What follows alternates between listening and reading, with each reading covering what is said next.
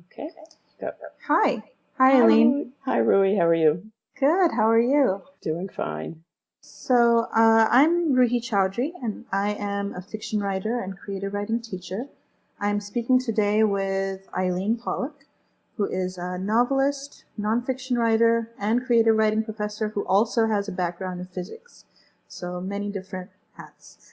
Eileen was also my thesis advisor when I was an MFA student at the University of Michigan. So it's always great to have an excuse to talk again. So today we're actually going to continue a conversation that we started when I interviewed Eileen for Nautilus magazine. We talked about many different things, but we sort of circled around what we described as the complex relationship between science, creativity, and the soul. Kind of a heady topic. So I'm glad to have this opportunity to talk again about all of that and to go into some of it in greater detail. Looking forward to that. So am I, Rui. Great. So let's just dive right in. So some of this came out of an essay that you wrote recently for the website lithub.com. In it, you wrote that scientists have fewer defenses against beauty and awe than most people. They can't attribute miracles to God. And I found that particularly interesting after reading your latest novel, The Perfect Life, which looks at, a variety of different things, but specifically this intersection of science and theology comes up in the question of how characters approach genetics, difficult existential questions about genetics. Mm-hmm. There are many different ways that people approach that through spirituality and religion, whether it's Buddhism or divinity school, general morality. It comes up over and over again in the book. Is this something that you've always been interested in your work, in this intersection between science and theology? I think in various ways it is. So I grew up Jewish and nominally Orthodox. So my parents weren't that observant, but the community I grew up in was not only culturally very Jewish. I grew up in the Catskills, but the synagogue I went to was Orthodox, and I went to Hebrew school every day after school for a couple hours after regular school and on weekends. And even though I didn't necessarily buy the answers I was getting at Hebrew school, Judaism is much more about asking the questions. And I did think a lot about God when I was young. I think I was pretty religious.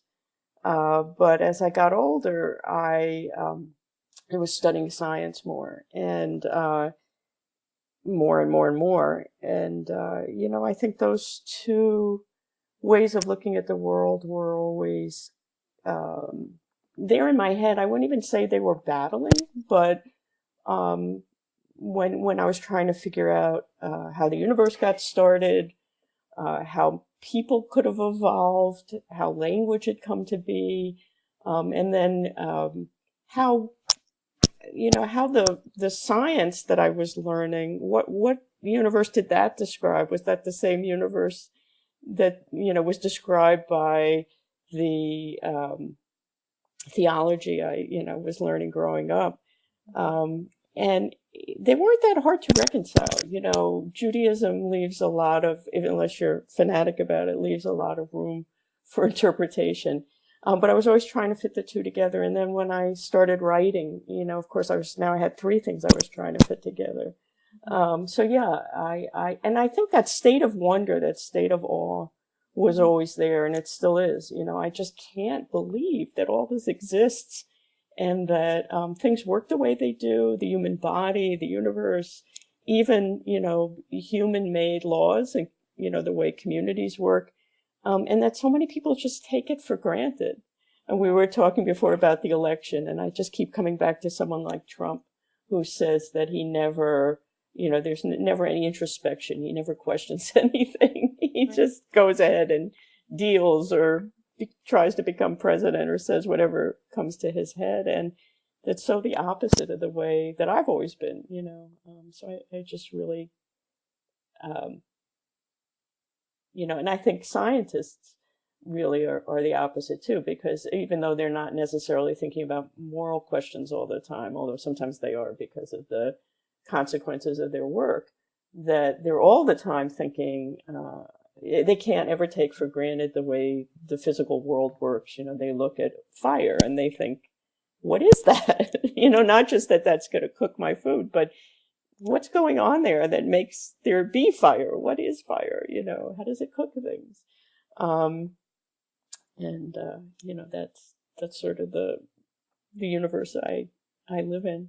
So how did that all get channeled through this lens of genetics in this book? Well, you know, the most basic question I think that you can, the most basic questions you have as a child about science, I think, or you look up at the stars and you wonder what's out there and how small we really are and where did human beings come from? Are there other creatures out there in the universe? But you also look at yourself and think, how did I come to be? I was the youngest, but I think in some families, if somebody has a baby, you know, the whole notion that a baby is growing inside of a person. Um, there's a scene in the book where the main character is remembering back to her science fair project in high school, where she is studying how from egg to chick, you know, the standard science fair project. And the area I grew up in not only was famous for Jewish hotels, but also chicken farms, Jewish-owned chicken farms. And so there were a lot of eggs around. We didn't get our eggs at the grocery store. We went to the actual chicken farm and watched them come down the conveyor belt, get washed off, and put in the little boxes. And you couldn't help but wonder, you know, how does an egg become a chicken? And I remember my brother saying to me, you know, which comes first, the chicken or the egg? And not realizing it was some kind of joke, you know, actually trying to figure it out. And my brother actually was the one who had done that science fair project from egg to chick. And every day he would, you know, he built an incubator and he got the fertilized eggs. And every day he would tweeze off the top from the shell, the top of the shell from an egg that was one further day along. And one day he put the embryo in a dish, and you know, there was the beating heart and the eye. And I was just so blown away that a life, a creature comes out of what? There's nothing, this egg. Of course, then I didn't want to eat eggs anymore. And around that same time, Life magazine published the first photos of a human embryo from inside the womb. And I just stared at that issue of Life magazine for just hours. And I think those were the most basic questions that I started with. And of course, that's what genetics and development are about. And I have to say, I have to add here, I married a geneticist. And so, you know, I heard about his work all the time. I was fascinated by it. And it was the very beginnings of mapping the human genome. And some of this work was going on in his lab. He was actually mapping the location of a childhood kidney tumor that also affected, if that was mutated, it also affected the fetus's eyes. And so he was studying the development of the eye. But the other people in his lab were trying to find the first genetic marker for a disease, and it happened to be Huntington's chorea, as it was called then. And I was just fascinated because one of the women working on the, you know, to find the marker for Huntington's was herself 50% at risk for coming down with the disease because her mother had died of it. And just that idea of working to find the test for a gene that you might or might not have, and then finding out you do or don't have it, and what are you going to do about that? There's no cure. Nancy Wexler, who was the woman this was based on, was still young enough that if she found out she didn't have the gene, she could marry and have children. But she wasn't going to marry and have children if she did have the gene. Same for her sister. And I don't think even Nancy and her sister didn't really realize what all this was going to be like, you know, if it really happened. And I was just fascinated by it. And so I actually wrote the novel before some of the actual results came in, you know. and before we actually found out who did or didn't have the disease. Right.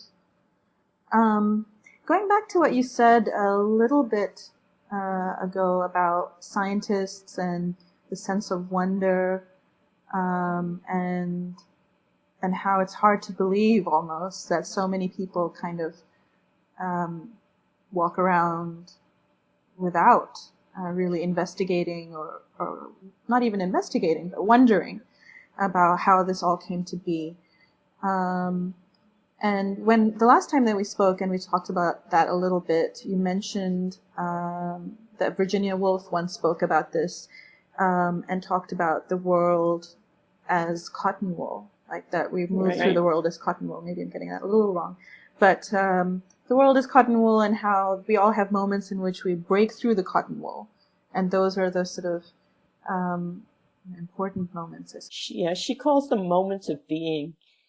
And I came to that essay when I was in college, just at the point I was thinking about giving up a career in physics for a career as a writer. And I just was so taken with the essay, and I think it comes from her diaries actually, but it was printed as an essay in the Sunday Book Review. And it was a moment I understood something about my own life, but also about what it meant to be a writer.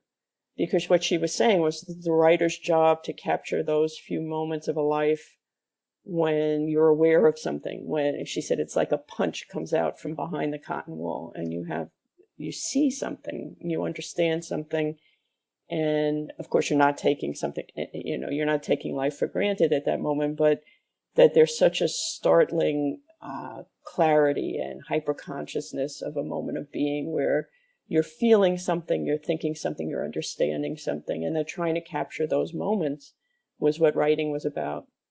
And that really spoke to me as a writer, that I kind of felt I had lived my whole life behind the cotton wool. That I think the way when you're growing up and then when you're an adolescent and you're spending so much time,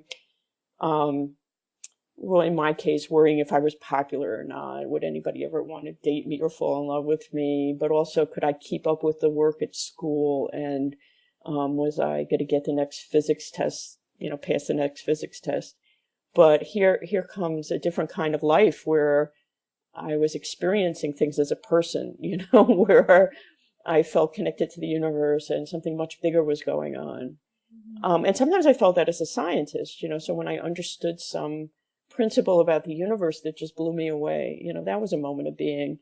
But also when I understood something about myself or another person or about love or what it might mean to be a parent,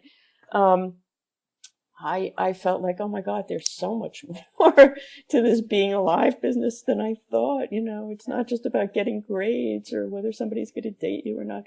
And I was starting to take writing courses, and I also understood, I think the place where everything comes together for me is in the notion of details, and paying attention to the details. So as a scientist, of course, again, you're not taking things for granted. You're really trying to figure out how things work. How does the eye work? What is consciousness? But even sort of, how a beetle works or a bird or something, the smallest worm. And in writing, of course, it's all, once I realized it's all about noticing these details and remembering details. But there's something in Jewish theology that really spoke to me too. And I was taking actually some courses in Jewish theology at the same time. This was all when I was at Yale. And there was this myth of the creation story. So it's the second creation. So there's a myth that God tries to pour all his light into the vessels of the universe he's created. And they can't stand it. They can't hold it all. So they shatter. And that's the first creation. And it shatters. And sparks of the divinity go everywhere. And they settle into everything, all those shards of the fallen world. And the universe gets recreated. I'm not sure I have this completely right, but it's, it's pretty close. And that there's sort of this, I think it's kind of a Hasidic, midrash, way of looking at the world, that it's the job of each human being to find as many of those divine sparks as possible and release them by paying attention to them. And some of them are in people or animals or trees or wherever, but they're in the most mundane things too. And I think that's where all three came together, that our job as the feeling, thinking beings in this universe, is to notice and think about as many of those details as possible. And that if you can get them down on paper, maybe other people will think about them too. And future generations will, know that we thought about them. It's a record of what it was like to be alive at a certain time in a certain place. Right. And it sounds like the times when we are able to notice those details, whether, in whichever kind of aspect of creativity we're doing that, whether it's being a creative as a scientist or being a creative as a writer or artist, those are the moments of punching through the cotton wool. Yeah, and it's funny because I'm not so sure how creative it is, because I'm not sure that you're creating anything so much as noticing something, paying attention to it, saying, what do I feel about this? Or what does this thing feel? Or, how does this detail connect to some other detail? So maybe the creativity I feel, you and I talked last time about metaphor and how much I love making metaphors, is connecting one detail to another, or saying this thing is like that thing. So maybe there's another, you kind of get two sparks and put them near each other and a current flows. And that's almost what it feels like when I write, and I can connect two things in that way. But it's not as if I'm making something up. I'm not a creative writer in the sense of making up fantastic plots. I feel like I'm noticing or connecting, especially when I'm writing memoir or nonfiction. The great pleasure to me is noticing the details, getting the right details, making sense of details. So it's not just a whole bunch of stuff, but like figuring out how they're connected, what question unites them, what's interesting about them. Yeah. I want to talk a little bit about your previous book as well. We talked about that quite a bit in our previous conversation, The Only Woman in the Room. And a lot of your work relates to women in science. And that book in particular, I think, has sparked a lot of conversation and has had a lot of attention. And I know that it started from a somewhat personal question, right, of why you left science. Am I right? Right. And then it became sort of a generalizable question of why women leave science. Or never go into it in the first place. Or never go into it in the first place. But, yeah, I mean, I guess I was thinking about the leaving part, but it applies to both either leaving or never going into it.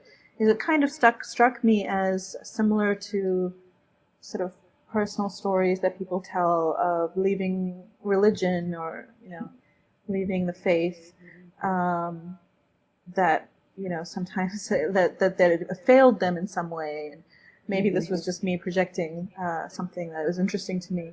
But, I mean, did you feel, like organized science was similarly disappointing as when people talk about that? Is this kind of a parallel that makes sense, or is it? No, what's interesting is I never stopped being excited about science. I don't feel like science in any way betrayed me. I never lost my faith, let's put it that way. It's more, the analogy would be as if, you wanted to be a priest or a rabbi and then found out girls couldn't be priests or rabbis. Right. You don't lose your faith. You just find out that, nobody wants you in the temple, or they're going to make it very difficult for you. So yeah, I have a short story called The Rabbi in the Attic that's about a young woman who very much wants to be a rabbi, and then at her bat mitzvah, where she thinks she's done a wonderful job, even though she can't sing, when the rabbi gets up, he says, "Oh, isn't this wonderful? And this girl would make a wonderful rabbi." And she's so happy. And then she realizes that everybody's laughing because there's no notion of an Orthodox woman rabbi. That was that happened that was my I didn't even have a bat mitzvah. I had, because when you're Orthodox, you're not allowed to have one. I convinced them to let me do something they called a bat Torah, which was just to lead a Friday evening prayer service. And I remember the laughter, when the note, because I had been thinking, oh yeah, maybe I'll be a rabbi, because I like thinking about, creation and all this stuff, the big questions, and I hadn't discovered science yet.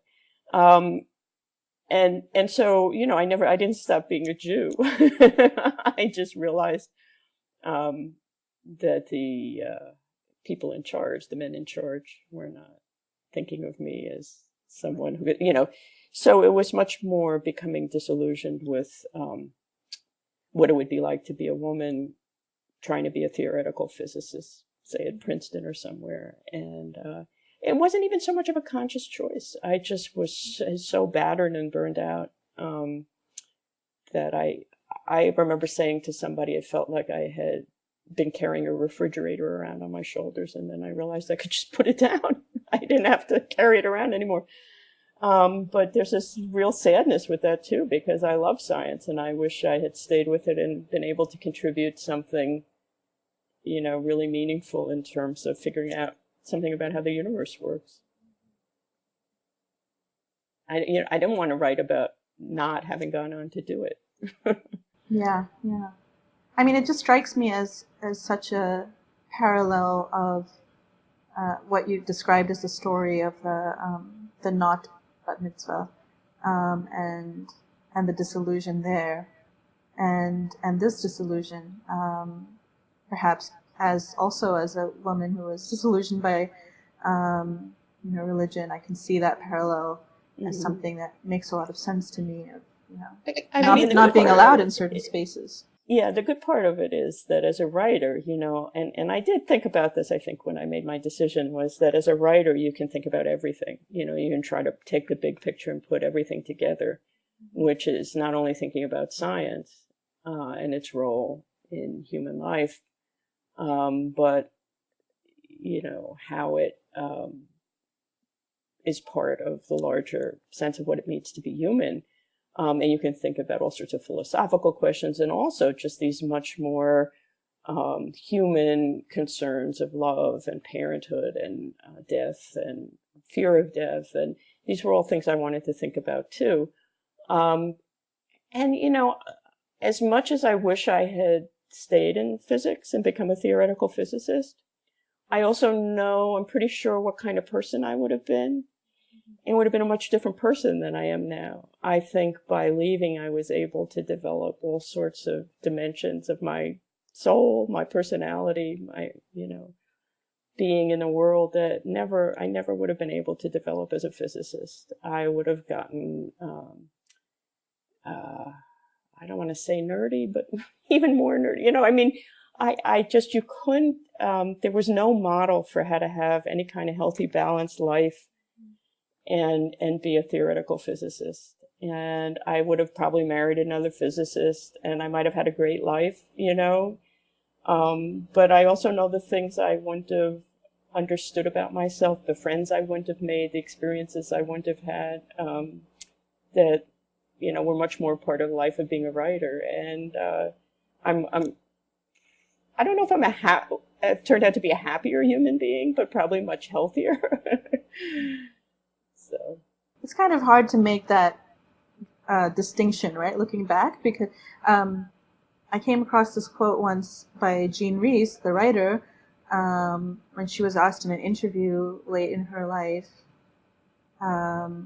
whether she would sort of do anything different or whatever, and she said something to the effect of, if I could choose whether to be a writer or be happy, I would be happy. And I would just not do it. I'm pretty happy as a writer. I mean, what's interesting is, so I already, when I was, by the end of 4 years at Yale as a physics major, having had to catch up because I didn't have the same background the guys had, and working so hard to prove myself, I was physically and mentally ill, and I think I would have gone on that way for the rest of my life, if not getting worse, because there were just where would I have found the time to stop and reevaluate and grow as a person? And there were no role models. There were no women who were leading these healthy, balanced lives as physicists, and the guys certainly weren't. And if they were, it was because they had wives who would, But what's really interesting is that the person I am now, who is pretty healthy and balanced and sane, if this person could have studied physics, she would have been much more successful. In other words, what I resent is the notion that I think a lot of scientists have, and that a lot of women, I think, mistakenly pick up, and it's what chases them from the profession, is that the only way to be a scientist and to be really successful is to be really one-dimensional, really nerdy, really sick in a certain way, not to have this balanced life. Then you end up being like Sheldon on The Big Bang Theory, or even Amy. And those are stereotypes, and I don't think, and they get perpetuated, and there's a certain truth to them, but I actually think that some of the best physicists and mathematicians that I know are the healthiest. They have the broadest lives and most developed personalities. And I know that if I were like this, I could have been like this in college studying physics and known how to be this way in grad school. I think I would have been more successful than anybody. Because you're healthier, you're more creative, you're more confident, and it leads to just much more success in all ways. So do you think that girls now have an opportunity to start off that way? No, I think that the model is still very much that you have to give up everything. And I think even if you get through undergrad without picking up that idea, if you make it to grad school, it's like this horrible hazing where people tell your advisor tells you, if you're not in the lab 24/7, you're not serious enough. If you go to the gym, and women, just hundreds of women have told me their horror stories about this, that if you go to the gym, the advisor says, what are you doing? Maybe you should just go off and not be a scientist, run a gym or something. Just terrible notions of how one-dimensional you're supposed to be successful in physics and or most other fields, really, and it's just not true. I think it's exactly the opposite, but that hasn't really gotten through yet. Do you see and it I think as... it would help the guys, too. It's not just a female thing. I think it makes the men crazy, too. Mm-hmm. Do you see it as a creative writing professor? Do you see it, or is it such a different kind of dynamic? It's a much different dynamic. I think you have much more. People complain all the time about they don't have time for this or that, but it's a much different life. You have a much better opportunity to develop different sides of your personality and lead something resembling a normal life if you're any kind of a professor in the humanities than if you're a research scientist who wants a really big career. Whether in the lab or as a theoretician. And I found that with my ex-husband. It's one reason we're not together. He couldn't do both. And I, wasn't going to be the one who stayed home and gave up my career pretty much to enable him to live in the lab 24/7. Yeah. This brings me back a little bit to what we spent a lot of time talking about last time, the sort of idea of this false binary between the humanities and the sciences, right? So that there was the lecture by C.P. Snow on the two cultures, is that right? Right, yeah. And so it's almost like, people, especially scientists, sort of souls are suffering because there is this false binary, this false way of having to be a scientist. Right. And many scientists are very happy because there's a certain joy that comes from just that constant discovery and that sense of awe, and you're getting results. But I think the way in which it can take over your life is not really healthy. It's funny when I go around giving talks on how we can get more women and minorities into science, STEM fields. I think my friends in the humanities can't figure out, why would anybody want to be a scientist? I hate science. It's so cold, and I'm trying to convince people that that's not true, that it's just, it's it's very warm. It's very creative. It's exciting. And that I don't want people to be turned away from all it has to offer because of stereotypes and bias and sexism and racism and classism. But then I'm around scientists who just don't get why the humanities are worth anything, and why would we'd want to fund them, or why would anybody want to take a literature course or read a novel. And so I'm always trying to convince them what's so exciting about the humanities. And when I teach, I often get science students, engineers in my writing courses, and I'm teaching them, good writing is all about a question, and that's like research and paying attention to details and trying to get them excited. So I'm really just, like you said, against the false binaries of that these are two such distinct disciplines. I mean, they're both creations of human beings. Human beings created science, and they created literature and theology. They created all of it. So the notion that they're so radically different, and that, only some people can do one or the other. And, to me, my experience is, and not just my own experience, but looking at other people, is that that's not true. Again, as I said last time, it's usually that people have bad teaching or traumatic experiences when they're young that convince them that they just can't do, science or write or whatever, the way I was convinced I'm not musical or I can't dance or something. But a lot of time that's just, cultural imagery and biases and bad teaching and, an unkind remark that somebody makes. So it's less about the fields and less even about questions, but more about the institutions that might be failing people. Yeah, exactly. Well, I think those are all my questions.